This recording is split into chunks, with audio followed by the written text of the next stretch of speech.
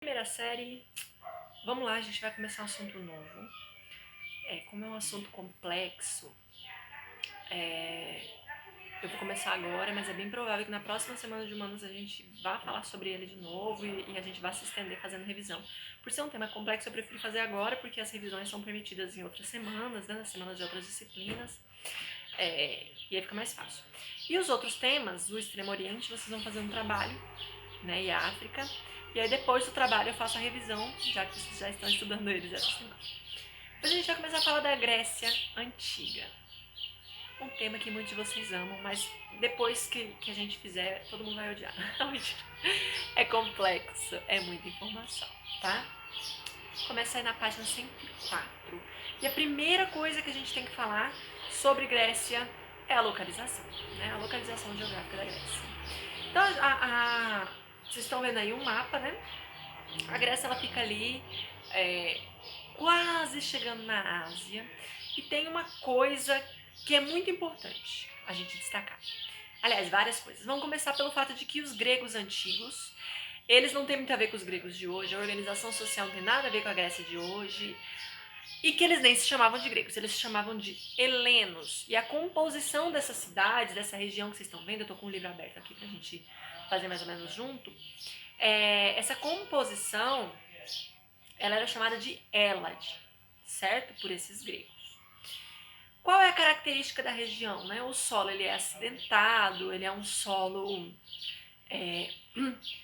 arenoso, cortado por montanhas, cheio de pedregulhos e tal. Então era uma região pouco fértil, né?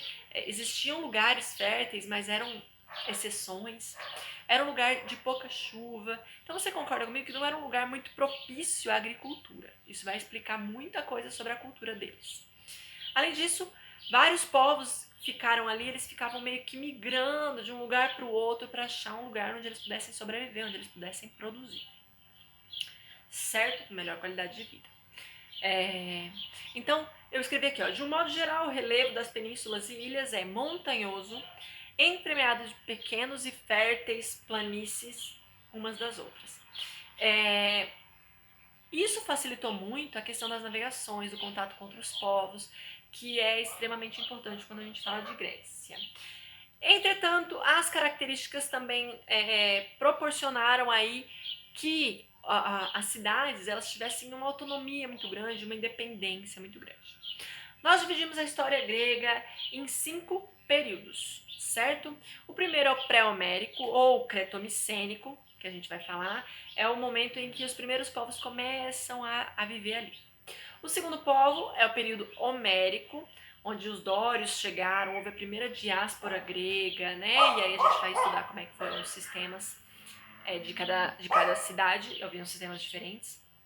Então, nesse segundo momento, começam a se construir as bases sociais, as bases políticas das cidades. Tudo bem? O terceiro momento é o período arcaico, onde as polis se formam, onde a polis se torna a referência da vida grega, onde eles começam aí a estruturar o sistema político baseado numa grande quantidade de pessoas e não mais apenas nas famílias. A gente vai falar de cada um mais especificamente. O período clássico é o apogeu, o período de maior importância e maior poder dos gregos, e também ele se encerra quando os gregos perdem, e quando os gregos são derrotados, né, acontece esse declínio, é o período helênico ou helenístico, quando outras sociedades dominam os gregos, mas difundem os valores gregos. A gente vai falar melhor sobre isso. Tudo bem? Espero que sim, eu espero que vocês não estejam me xingando, porque eu já imagino a gente falando: não tô entendendo, professora, vai mais devagar. Nós vamos devagar, vamos falar de cada uma dessas épocas com mais cuidado, mais jeitinho, vamos por partes, vamos falar da origem deles, pode ser? Pode, né? Eu tenho certeza que você disse pode, professora. Quem não disse tá fora do nosso ritmo. Vamos lá. Antes deles se chamarem de povos helenos, ainda lá na pré-história, lá no período neolítico, algumas sociedades foram viver ali, certo? Algumas sociedades viviam, começaram a produzir, Os gregos chamavam essas sociedades, esses povos de pelasgos. Né? Então, professora, de onde eles vieram? Só Deus sabe. Eram sociedades pré-históricas ainda, então não tinha escrito. O que a gente tem são fósseis, alguns registros, algumas ferramentas que eles usavam. O que eles tinham de especial? O que esses povos tinham de especial? Porque tem que ter um motivo especial para outros povos terem ido para lá, né? Eles aprenderam técnicas de produção naquela região, onde eles conseguiam plantar e onde eles conseguiam criar animais para consumo, certo? E essas técnicas, fazia parte dessas técnicas ferramentas feitas de metal, especialmente de bronze. Essa época chamada de época do bronze, inclusive, por conta disso, né? E aí o que aconteceu? O que aconteceu foi o seguinte: alguns povos começaram a vir de uma região lá das planícies arianas, né? São povos indo-europeus, então são povos ali daquela região da Índia, da Europa, vários povos que viviam ali, eles começaram a se espalhar. Especialmente pela ilha de Creta. A ilha de Creta, ela tinha uma organização social, inclusive uma das coisas mais interessantes é que era uma sociedade matriarcal, então eram as mulheres ali que governavam. E essa ilha despertou vários interesses desses povos que foram viver ali, porque ela era muito organizada, já existia estrutura política, já existia organização de religião. Então, enquanto as sociedades estavam começando a sair daquela época da pré-história, ainda na época da pré-história, né? Eles já existiam uma estrutura muito bem definida e começou a despertar o interesse. Até porque a ilha de Creta, ela começou a fazer comércio, tanto ela quanto a civilização dos pelasgos dentro do continente. Então ela começou a fazer, né, comércio e tal, e foi enriquecendo, enriquecendo, enriquecendo. É de lá que sai, por exemplo, o mito do Minotauro. Se você tiver curiosidade, lá na página 105 tá contando um pouquinho sobre ele. Então você compreende que nós estamos falando sobre a formação de uma região, nós estamos falando sobre a formação e a determinação de uma estrutura, de uma organização, de povos. Esse período é o pré-romérico, ou a gente pode chamar de creto-micênica. Creto por conta da ilha de Creta. Aí você me pergunta, professora, micênica por quê? Bom, vamos chegar lá. O que aconteceu? Então esses povos indo-europeus, alguns foram viver lá na ilha de Creta e outros começaram a viver na região do continente, né? Porque ilha separada do continente, né? No continente, lá onde estavam os pelasgos. E eles começam a dominar essa região. A gente vai destacar, por exemplo, os aqueus. Os aqueus foram, invadiram ali, começaram a dominar. E uma das cidades, a mais importante deles, era chamada de Micenas. Daí vem o nome Micênica. A cidade de Micenas se desenvolveu muito rápido, né? Manteve relações comerciais muito intensas, tanto a ilha de Creta quanto de Micenas faziam muito comércio com o Egito, por exemplo. Não reparem não, cachorro latindo, os vizinhos aqui, eles criam muitos cachorrinhos e chega essa hora, enfim. E aí eles começam a despertar essa concorrência. E é bem interessante porque a civilização que estava lá em Micenas, os aqueus que estavam em Micenas, eles não querem mais competir com o pessoal da ilha de Creta. Decidem que chega de competição. Aí você me perguntar, professora, e aí, o que eles fizeram? Baixaram o preço dos produtos? Começaram a fazer troca por outros lugares? Não, eles tacaram fogo na ilha de Creta. Sutil, né? Assim, negócio bem meigo. Tacaram fogo na ilha de Creta para diminuir a concorrência e a ilha de Creta, ó. Então a gente já começa a mudar, então não tem mais poder da ilha de Creta, certo? Nessa época também, a gente não fala ainda que era uma civilização grega, a gente ainda não fala do período homérico, a gente fala como se fosse a formação dos gregos, porque os traços em comum, os traços que vão existir mais tarde, eles ainda não eram meio que da galera, eles não se reconheciam, não tinham nada pra gente dizer que era em comum de todos eles. Por isso que ainda é um período de formação, você tá entendendo? Nós estamos formando, então é o pré-formando, pré-homérico. E aí o que aconteceu? Alguns povos começaram a migrar e se relacionar, além dos aqueus, que foram a civilização micênica. Eu já vou falar melhor sobre esses povos, um pouquinho de cada um. E eles foram expandindo seu domínio, expandindo, se espalhando e tal, até chegar lá em Troia, certo? Lá em Troia, onde a gente tem os espartanos, eles apareceram ali no continente, né? Essa guerra envolve os espartanos. Então esse momento que os espartanos passam a fazer parte ali da região onde hoje a gente chama de Grécia, que era a Hélade. passam a viver ali onde viviam os aqueus, passam a viver ali onde existiam os pelasgos antes, esse momento a gente rompe, já não é mais pré-homérico e começa o período homérico. Essas são as 4 civilizações, então, que formam o povo grego, tá bom? Quais são essas civilizações? Os aqueus, que você já sabe, né? Formaram lá a cidade de Micenas, tacaram fogo lá em Creta, paz, comércio e tal. Os jônios foram uma civilização que também foi para a região da península, ali para a região do Ático, que a gente vai falar mais para frente, vai destacar bastante sobre eles.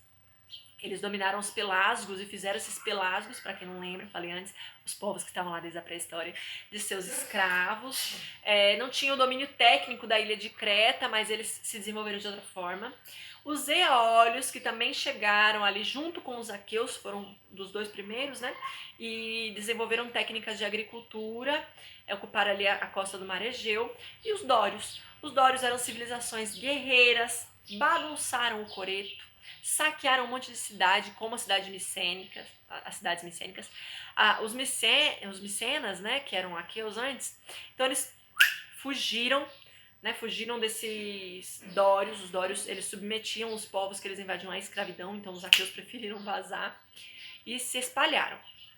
E aí que a gente tem o fim do período pré-homérico, quando essas 4 sociedades elas se estabelecem, se relacionam, se espalham e passam a coabitar aquele território, certo?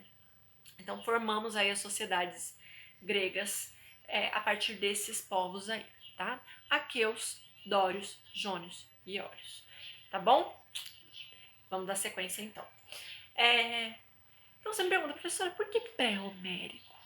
De onde é esse nome? Vou te contar.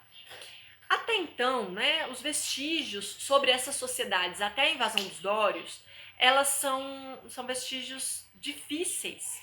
Tem pouco vestígio escrito, tem pouco registro, né? Essa época ficou chamada até de época das trevas, porque para escrever sobre isso, perrengue para os pesquisadores da história antiga.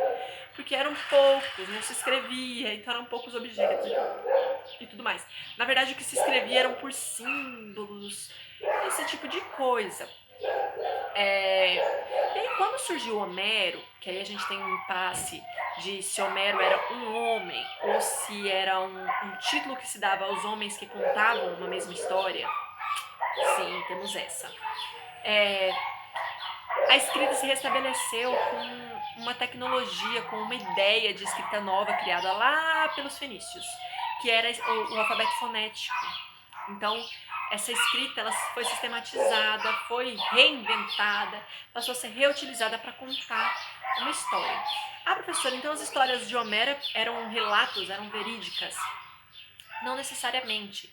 Só que essas histórias, elas trazem aí um parâmetro que a gente tem de análise de um povo, da religião de um povo, da língua de um povo, de vários povos, na verdade, porque os gregos, eles nunca foram uma coisa só, né? Eles cada um tinha o seu governo, que a gente vai falar melhor. Mas as estratégias militares, as relações comerciais, a maneira como essas coisas aconteciam, são registros sobre esse povo. Mesmo que não sejam completos e verídicos e 100%. São registros, então eles começam a nos contar sobre outra perspectiva. Já passa a tratar aqueles povos com alguma padronização. Não uma padronização 100%, porque eles tinham culturas, já que a origem era diferente, a cultura era diferente. Mas eles tinham padronização de alguns costumes, como os costumes religiosos e o idiomático, a linguagem, certo? Isso é importante, tá? Então aqui eu fiz uma reestruturação do que a gente falou, mas acredito que está bem tranquilo, né? Para entender. A Guerra de Troia. O que foi a Guerra de Troia? Então, os dórios invadiram a região, os dórios se estabeleceram em Esparta, depois eu vou contar melhor a história de Esparta. Eles se estabeleceram naquela região, na península do Peloponeso, e aí na história, né, que possivelmente se passou aí entre 1300 e 1200 a.C., os gregos, representados especialmente pelos espartanos, teriam aí lutado contra uma cidade chamada Troia, que tinha o nome também de Ilion, que controlava aí um comércio. O que a gente tem de verídico até agora, nessa história que eu vou te contar? De fato, Troia existiu. E de fato é possível que houve aí um conflito entre gregos e troianos. Porém, as causas são bem diferentes. Na história, conta que um troiano ele foi até Esparta visitar, um príncipe foi até Esparta visitar, e aí ele tinha, a deusa Afrodite tinha um acordo com esse cara, e em troca, né, ela daria a ele a mulher que ele quisesse. Ela ia fazer se apaixonar por ele. E ele decide se apaixonar pela esposa de um rei espartano. E aí leva ela embora. E aí os espartanos acham isso extremamente desonrado e iniciam uma guerra. O que a gente sabe é que os gregos, depois desse possível conflito, começam a dominar uma região do Estreito de Bósforo, né, para poder comercializar, passar ali de barcos para comercializar com outros territórios ali entre Ásia e Europa. Então, pode ter havido esse conflito, mas a história que se conta, ela não necessariamente é 100% verídica, né? Então, são 2 livros que Homero escreveu, ou uma coleção de homens escreveu, que se chama uma Ilíada e outra Odisseia, tá? Na ordem certa. Então, o que acontece? Os dórios chegaram lá no continente, chegaram lá na região onde hoje é Esparta, justamente ali nessa época, na mesma época dos relatos da Guerra de Troia. E quem eram eles? Eles eram nômades, eram guerreiros, já conheciam o desenvolvimento do ferro, destruíram todas as cidades pelas quais eles passaram, como eu falei, eles, né, vieram bagunçar o coreto. E a população, os aqueus, se espalharam no que a gente chama de primeira diáspora grega, né? Diáspora é quando um povo se espalha, certo?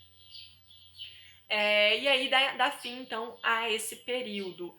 E aí eu vou parar esse vídeo para fazer o parte 2.